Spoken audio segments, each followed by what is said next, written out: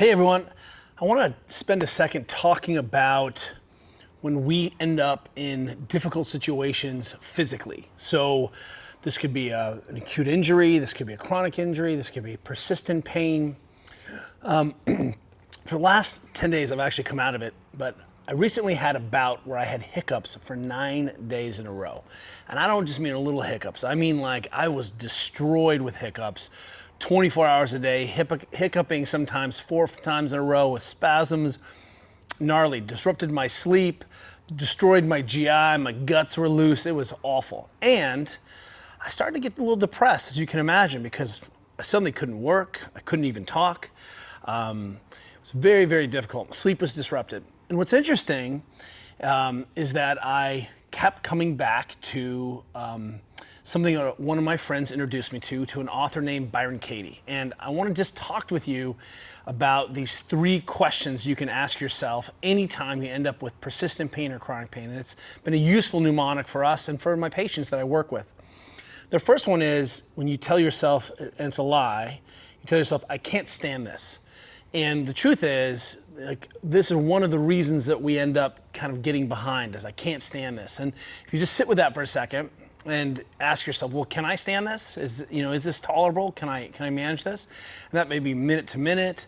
I had moments in bed at 3 in the morning where I was like, well, I'm not going to sleep with hiccups, so I'm going to go watch TV and just do what I can do, right? So that first lie that we need to bust is I can't stand this. And turns out you can stand it, and you have great people and support, and I know you can handle it.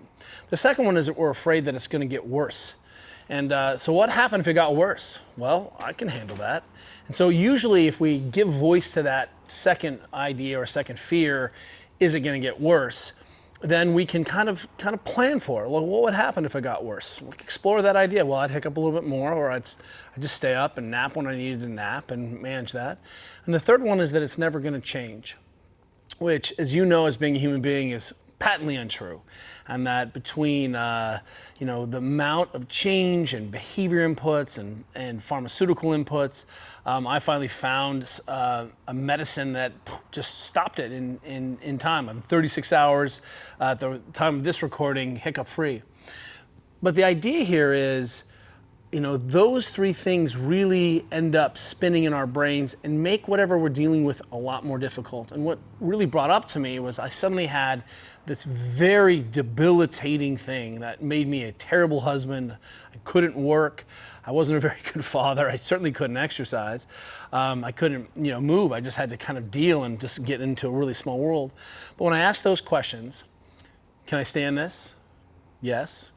What happens if it gets worse? Well, I can handle that. Will it last forever? No. Then suddenly, there's some expansion and some movement in there. And, someone told me once a long time ago, they're like, how do you control a big bull? How do you control a rowdy, angry bull?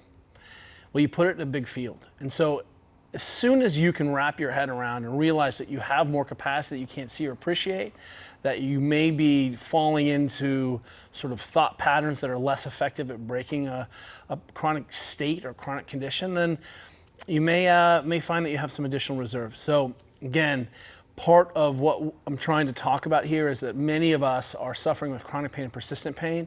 And coming back to these 3 questions has been a powerful, powerful tool that's improved many of our athletes' lives and got me through 9 days of chronic hiccups. See you next time.